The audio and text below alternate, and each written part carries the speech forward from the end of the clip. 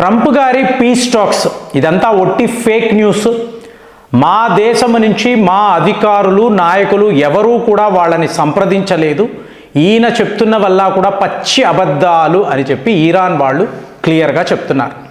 దీనికి మరి ఎలాంటి కారణాలు వాళ్ళు చెప్తున్నారంటే, నిన్నటికి నిన్న అమెరికాకు సంబంధించిన కొన్ని మిజైళ్ళు ఇరాన్ యొక్క గ్యాస్ పైప్ లైన్పై దాడులు చేసినట్టు. మరి పీస్ టాక్ అన్నాడు కదండి, 5 days సీజ్ ఫైర్ అన్నాడు కదా. మరి అమెరికా మిజైళ్ళు ఇలా ఎలా వచ్చి పడతాయి? ఎక్కడ కోరం షార్ అంటారు. కోరం షార్ అన్నప్పుడే ప్రాంతంలో ఇరాన్ వాళ్ళకు సంబంధించిన ఒక గ్యాస్ స్టేషన్ ఉందండి. సో దాని మీద వీళ్ళు దాడులు చేశారు. మరి ఇదే విషయాన్ని ట్రంప్ గాని ప్రస్తావించారు అనుకోండి, ఇది ఆల్రెడీ మేము నిర్ణయం తీసుకున్నాము, తరువాత కదా నేను పీస్ టాక్స్ ఆపొచ్చు కదరా, ఫోన్ చేసి ఇలా దాడులు చెయ్యకండి చెప్పొచ్చు కదా. సో ఇదంతా ఒట్టి నాటకాలండి. విషయం ఏమిటి అంటే, ట్రంప్ ఈజ్ బయింగ్ టైం అండి. 5 రోజులు అని చెప్పి పీస్ టాక్స్ అని చెప్పి వాళ్ళు నాతో మాట్లాడారు, ఈ యుద్ధాన్ని ఆపేస్తున్నాను. ఈ మాటలంతా ఏంటి? ఒట్టి అబద్ధాలు, నాటకాలు. సో ఇప్పుడు వార్తలు ఏమిటి అంటే, ఇలాగ మీరు ఈ గ్యాస్ స్టేషన్ మీద, గ్యాస్ పైప్ లైన్ మీద దాడులు చేశారు కదా, మరి ఇరాన్ వాళ్ళు ఊరుకోరు కదా. వాళ్ళు ఏం చేశారు, డైరెక్ట్గా అమెజాన్ వెబ్ సర్వీసెస్ అంటారండి, ఆ బిల్డింగ్ మీద మీకు యునైటెడ్ అరబ్ ఎమిరేట్స్ అలాగే బహ్రెయిన్, ఈ ఇరు దేశాలలో ఉండే అమెజాన్ కార్యాలయాలు, data centres, cloud data centres అంటారు, వాటి మీద భీకరమైన దాడు. అంటే ఈ ప్రిసిషన్ని మీరు గమనించాలండి. పలానా దగ్గర పలానా మిజైల్ను మీరు వాడాలి అన్నప్పుడు టార్గెట్ తెలియాలి కదా. పలానా బిల్డింగ్ మీద కొట్టాలి అని అన్నప్పుడు మీకు రష్యా వాళ్ళు, చైనా వాళ్ళు ఇరాన్కి హెల్ప్ చేస్తున్నారు. ఇదైతే క్లియర్. వాళ్ళు మీకు ఎగ్జాక్ట్గా చెప్తున్నారు, ఇంత దూరంలో ఈ డైరెక్షన్లో ఈ ప్రాంతంలో ఇలాంటి అమెజాన్ యొక్క డేటా సెంటర్ ఉంది.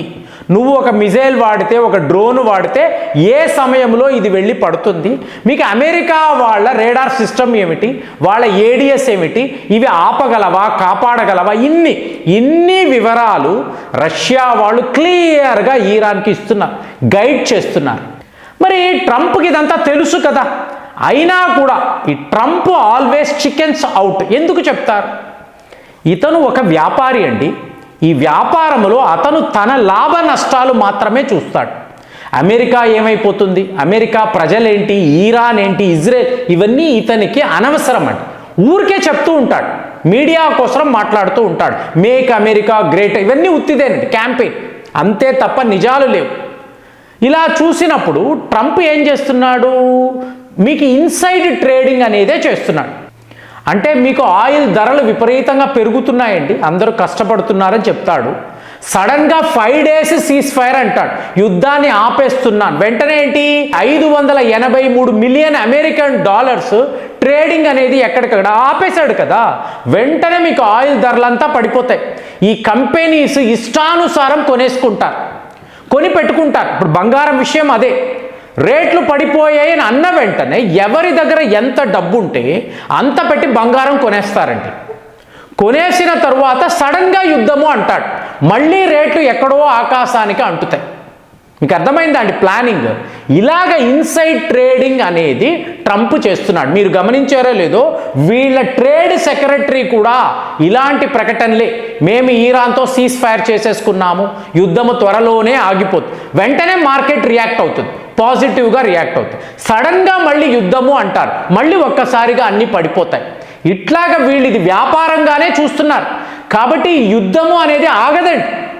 వీళ్ళు అనుకున్న టార్గెట్స్ రీచ్ అయ్యేంత వరకు ట్రంప్ తన కంపెనీస్ని ఎలాగ, ఇప్పుడు వెనెజులా విషయంలో ఇదే కదా, మీకు ఎప్పుడు జనవరిలోనే చెప్పాడు, వెనెజులా అనేది మాకు చాలా ముఖ్యము, వాళ్ళు మాదక ద్రవ్యాలు అమ్ముతున్నారు, స్మగ్లింగ్ చేస్తున్నారు, వాళ్ళని ఏంటి ముందే ట్రంప్కి సంబంధించిన కంపెనీలతో మాట్లాడుకున్నాడు, మీరు ఇలా ఎలక్షన్ ఫండింగ్ ఇంతంత నాకు ఇవ్వండి, రేపు వెనెజులాను మీకు అప్పచెప్తాను, మీరు అక్కడ వెళ్ళి వ్యాపారాలు చేసుకోండి, ముందే చెప్పాడు.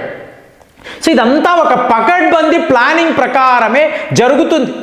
ఇందులో మంచి చెడు, ధర్మము అధర్మము, న్యాయము అన్యాయము నథింగ్ అండి. వాళ్లకు ఇది ఒక వ్యాపారం. మరి ఇది ఈరాన్కి తెలుసు కదా, రష్యాకు తెలుసు కదా అంటే ఈరాన్ యొక్క ఆలోచన ఏంటండి? వీళ్ళు అమెరికాతో ఈ యుద్ధంలో గెలవగలరా? ఇంపాసిబుల్, ఎవ్రీబడి నోస్ గెలవలేరు. అలాంటప్పుడు వీళ్ళు ఏం ఆలోచిస్తారు? Maximum damage. సో మిత్ర దేశాలు ఉన్నాయి కదండి, పెద్ద పెద్ద దేశాలు. సో వాళ్ళ దేశాలలో ఉండే అమెరికా కంపెనీస్ వాళ్ళకి మ్యాక్సిమం డ్యామేజ్ కలిగిస్తే అందులోనే ఇప్పుడు అమెజాన్ బలి అయిపోయింది.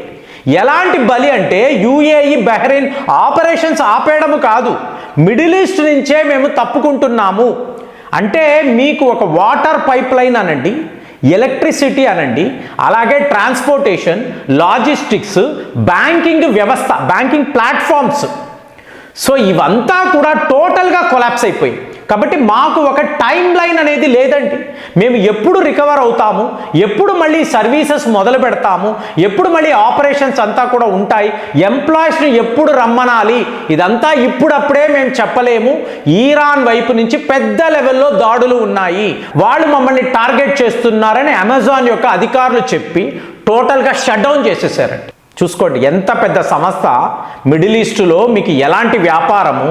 ట్రంప్ ప్లాన్ ప్రకారమేనండి, ప్లాన్ ప్రకారమే ఇదంతా చేసుకుంటూ వెళ్తున్నాడు.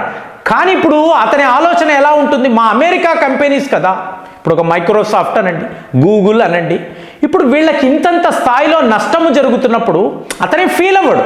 ఇప్పుడు మనం ఫీల్ అవుతాం కదా భారతీయులుగా. ఇప్పుడు మనం ఎందుకు ఈ వీడియోస్ మాట్లాడతాము? 80 లక్షల మంది భారతీయులు అక్కడ ఉన్నారు. అమెజాన్ లాంటి కంపెనీలో బోల్డ్ అంతమంది మన వాళ్ళు అక్కడ ఎగ్జిక్యూటివ్స్గా ఉద్యోగాలు చేస్తున్నారు. వాళ్ళ ప్రాణాలు సేఫ్గా ఉండాలి, వాళ్ళు జాగ్రత్తగా ఉండాలని మనం ఆలోచిస్తాం, మనకు అది ఉంటుంది. కానీ ట్రంప్కి అలాంటిది ఏమీ లేదండి, ఏమీ లేదు. అతను తాను, తన ఫ్యామిలీ, తన యొక్క కంపెనీస్ వీళ్ళు బాగుంటే ఎలాగో మళ్ళీ రాను, నన్ని తరిమి కొడతారు. అలాంటప్పుడు మ్యాక్సిమం లూటింగ్ ఎంత చెయ్యగలనో అంత చేసుకోవాలి అనే ప్లాన్లో దీన్ని ఇతను మార్కెటింగ్గా చూస్తున్నాడు, ట్రేడింగ్గా చూస్తున్నాడు, స్టాక్ ఎక్స్చేంజ్గా చూస్తున్నాడే తప్ప ఈరాన్ని ఓడించి నువ్వు ఏం సాధిస్తావురా? అసలు ఈరాన్తో యుద్ధము ఎందుకు మొదలు పెట్టావు? మీరు అడగండి, ట్రంప్ని అడగండి, ఏం చెప్తాడు? వాళ్ళ దగ్గర న్యూక్లియర్ వెపన్స్ ఉంది, నువ్వు సపోర్ట్ చేస్తున్న ఇజ్రాయెల్ వద్ద కూడా ఉంది కదా అంటే అవన్నీ మాట్లాడకూడదు. ఈరాన్ వద్ద న్యూక్లియర్ వెపన్స్ ఉన్నాయి, వాళ్ళు ఈ ప్రపంచానికే ముప్పు, చాలా చాలా డేంజరస్, కాబట్టి వాళ్ళని ఆపాలి అనుకొని యుద్ధము మొదలుపెట్టాను, ఇదే చెప్తాడు తప్ప దీనికి ఎటువంటి లాజిక్ లేదు, ఎటువంటి రీజనింగ్ లేదు. ఉత్తినే వాళ్ళను చూపించుకొని వాళ్ళ ఆయిల్ ఫీల్డ్స్ని ఏదో ఒక రకంగా కబ్జా చెయ్యాలి.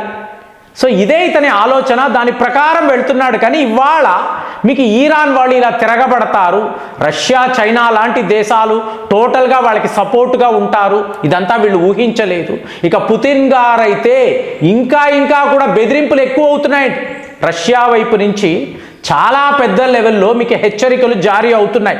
మరి రష్యా ఈ రంగంలోకి ఆల్రెడీ వచ్చేసారు, ఇక పెద్ద లెవెల్లో వాళ్ళు ఏమైనా చెయ్యాలనుకున్నారు అనుకోండి, ఏమి చేయరు ఫ్రెండ్స్. ఈరాన్కి కావలసిన ఆయుధాలను డైరెక్ట్గా అక్కడికి పంపించేస్తారు. ఇప్పుడు వీళ్ళు చెప్పేదల్లా ఏంటి? అమెరికా, ఇజ్రాయెల్ ఏం మాట్లాడుతున్నారండి? ఈరాన్ వద్ద త్వరలోనే మిజైల్స్ అయిపోతాయి, వాళ్ళ డ్రోన్లు అయిపోతాయి, వాళ్ళ మిలిటరీ అనేది ఇన్క్యాపబుల్ అయిపోతుంది, అప్పుడు అంతిమ విజయం మాదే, ఇది కదా వీళ్ళు మాట్లాడుతున్నారు. మరి ఒకవైపు రష్యా, ఇంకొక వైపు చైనా వరసపటి వేల సంఖ్యలో ఆయుధాలు ఇచ్చారు అనుకోండి, అప్పుడు అమెరికా, ఇజ్రాయెల్ ఏం చేయగలరు? అంటే యుద్ధాన్ని ఆపాలి అనే ఆలోచన లేనప్పుడు, అంతా కూడా షార్ట్ కట్ మెథడ్స్, ఇలా మోసాలు చేయాలన్నప్పుడు రిజల్ట్స్ ఇలాగే కదండి ఉంటుంది. ఎటొచ్చి ఇది ఒక గ్లోబల్ క్రైసిస్గా మారింది, ప్రతి ఒక్క దేశం సఫర్ అవుతున్నారు. ఇదంతా ట్రంప్ గారికి పట్టడమే లేదు.